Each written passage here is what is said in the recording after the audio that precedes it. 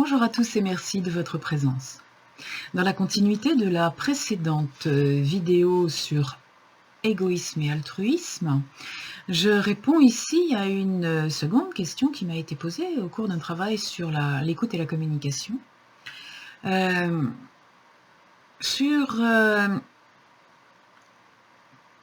est-il possible de se mettre d'accord sur quelque chose alors qu'il y a des gens qui ne sont jamais d'accord avec rien? Alors, je vous invite à revoir éventuellement la précédente vidéo sur les gestes d'âme de l'altruisme. Tout vers moi parce que j'ai peur de manquer, ou de l'égoïsme qui est tout vers moi parce que j'ai peur de manquer, ou de l'altruisme tout vers les autres parce que j'ai peur qu'on ne m'aime pas, qu'on ne me reconnaisse pas. L'histoire d'être d'accord ou pas d'accord procède exactement du même geste. Dans un groupe de travail, l'altruiste va toujours être d'accord avec les autres. Il va être d'accord avec tout le monde, lui. Il va pas avoir d'avis, d'ailleurs, souvent. Il se sent pas capable d'avoir un avis. Il se sent pas... Il sent qu'il mérite pas d'être écouté. Il sent que son avis n'est pas forcément intéressant. Donc il se rallie à l'avis des autres. Il va vers l'extérieur. Oui, je suis d'accord pour tout. L'égoïste, lui, ne peut pas recevoir l'avis des autres. Il faut qu'il se protège de l'avis des autres. Tout pour moi. Il est dans sa peur de manquer, il est dans sa peur de rater, il est dans sa peur de ne pas être à la hauteur, et il est dans sa peur de ne pas se sentir capable. Puisque l'égoïste est toujours quelqu'un, en fait, évidemment comme tout le monde, on a toujours l'impression que les autres, ce sont les autres, mais c'est nous-mêmes qui nous évaluons et qui nous jugeons. Et l'égoïsme a toujours besoin de se prouver quelque chose. L'égoïsme, c'est ce qui sort de moi qui est bon. Et il faut que je me le prouve au quotidien. Il faut que je me prouve au quotidien que j'ai raison. Donc forcément, pour l'égoïste, c'est son avis qui est le bon. Et il n'est pas envisageable qu'il écoute l'opinion des autres.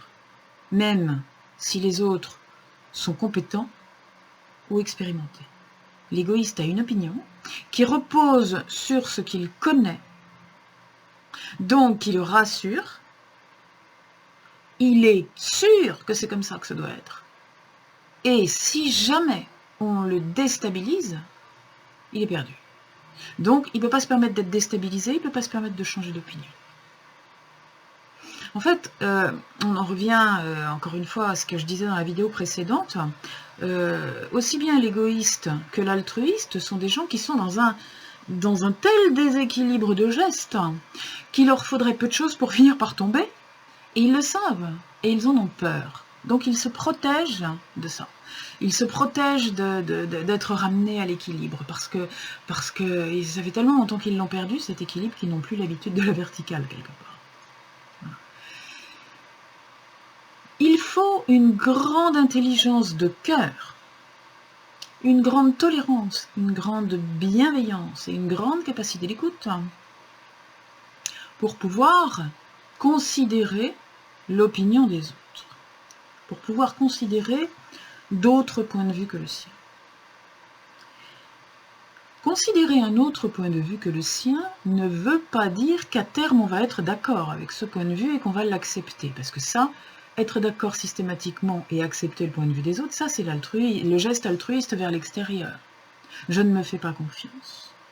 Et pour qu'on m'aime, je vais dire oui à tout.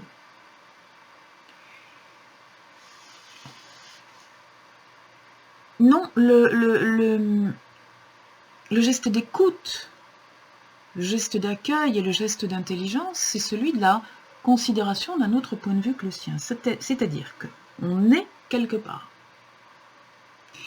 Et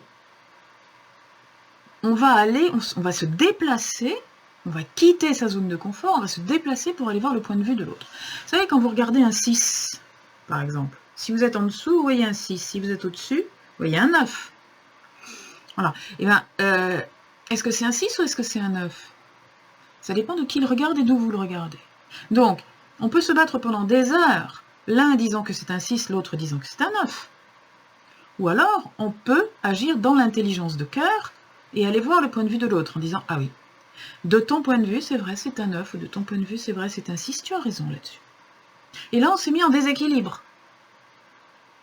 On a mis en déséquilibre, on a mis en doute sa façon de penser. Si je pense depuis des jours et des jours que c'est un 6 et que d'un seul coup, je me dis peut-être que ça n'en est pas un, je me mets en déséquilibre. Parce que tout de suite, la question c'est, mais peut-être que j'ai tort. Peut-être que je n'ai pas raison. Et si je n'ai pas raison, je suis en faute. Eh bien non. On n'est pas forcément en faute parce que l'autre a raison. On peut avoir raison tous les deux. C'est une question d'angle de vue. Déjà.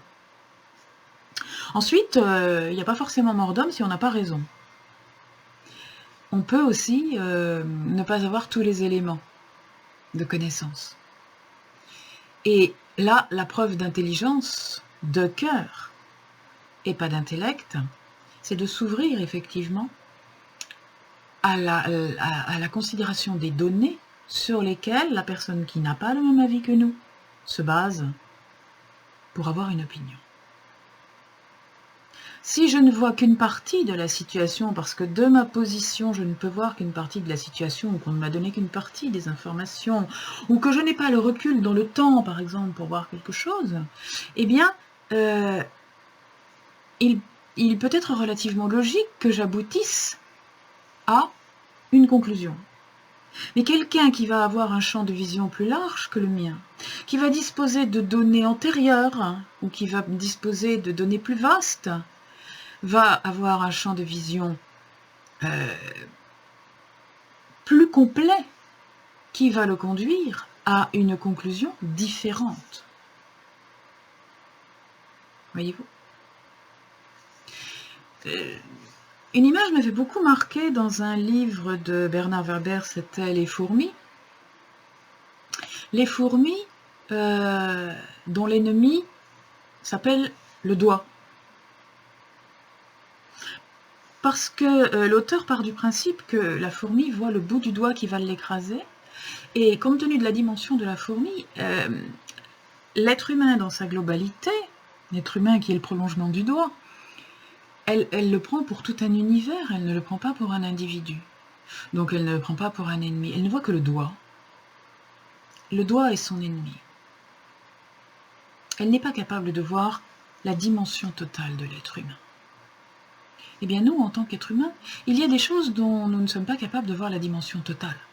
Certains êtres humains ne disposent que de la vision du doigt. D'autres disposent d'une vision plus globale qui leur permet de voir qu'au bout du doigt, il y a quelqu'un.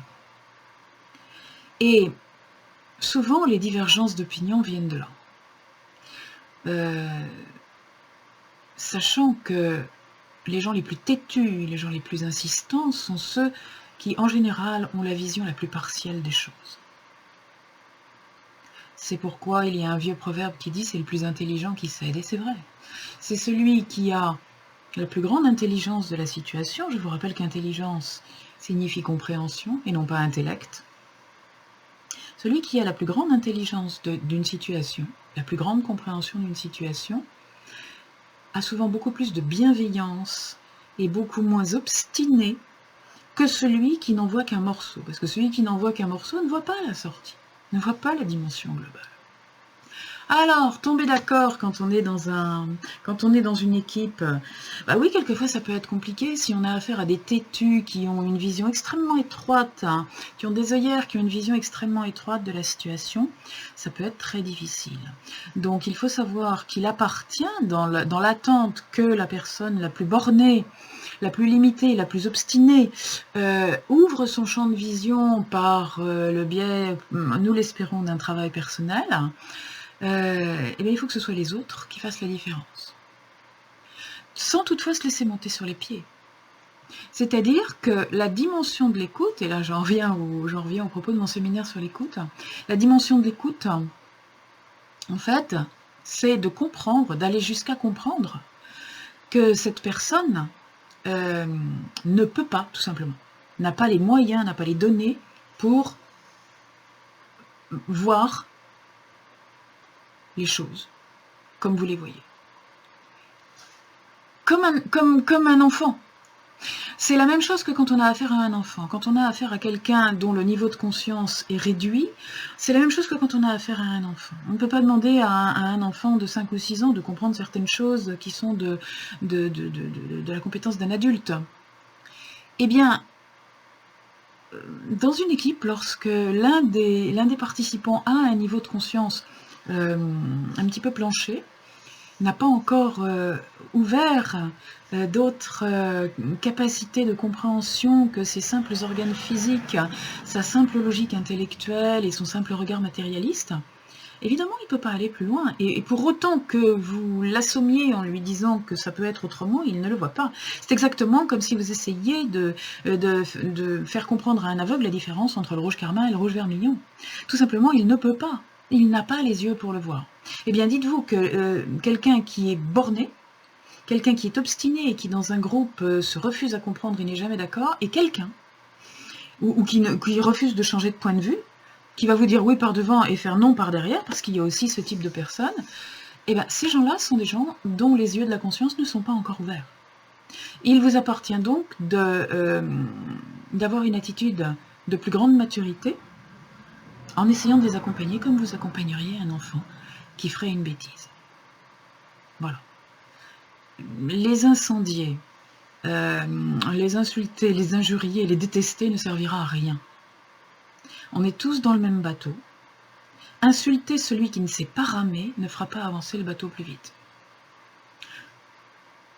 La meilleure chose à faire dans ce cas-là, c'est de continuer à ramer, sans râler, sans vous épuiser à perdre votre souffle à râler. Continuez à ramer. Essayez d'être le plus nombreux possible à ramer. Et celui qui ne sait pas ramer finira peut-être par apprendre à ramer. Lorsque je dis ça, en général, on me dit oui, mais enfin, on est des êtres humains, et il y a des moments où... Oui, alors je suis complètement d'accord. On est des êtres humains et il y a des moments où vraiment un total manque de conscience, une obstination fatigante, etc., nous font sortir de nos gonds. Et il est légitime de le faire. Nous ne sommes pas des saints.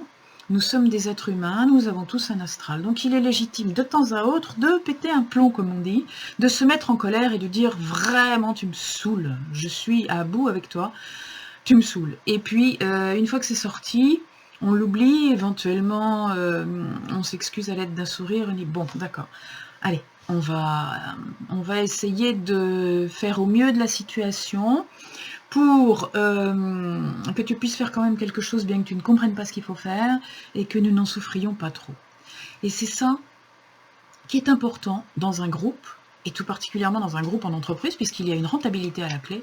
Dans un groupe, il est important que tous ceux qui sont en conscience accompagnent ceux qui sont encore en recherche de conscience. Voilà. Bon développement personnel.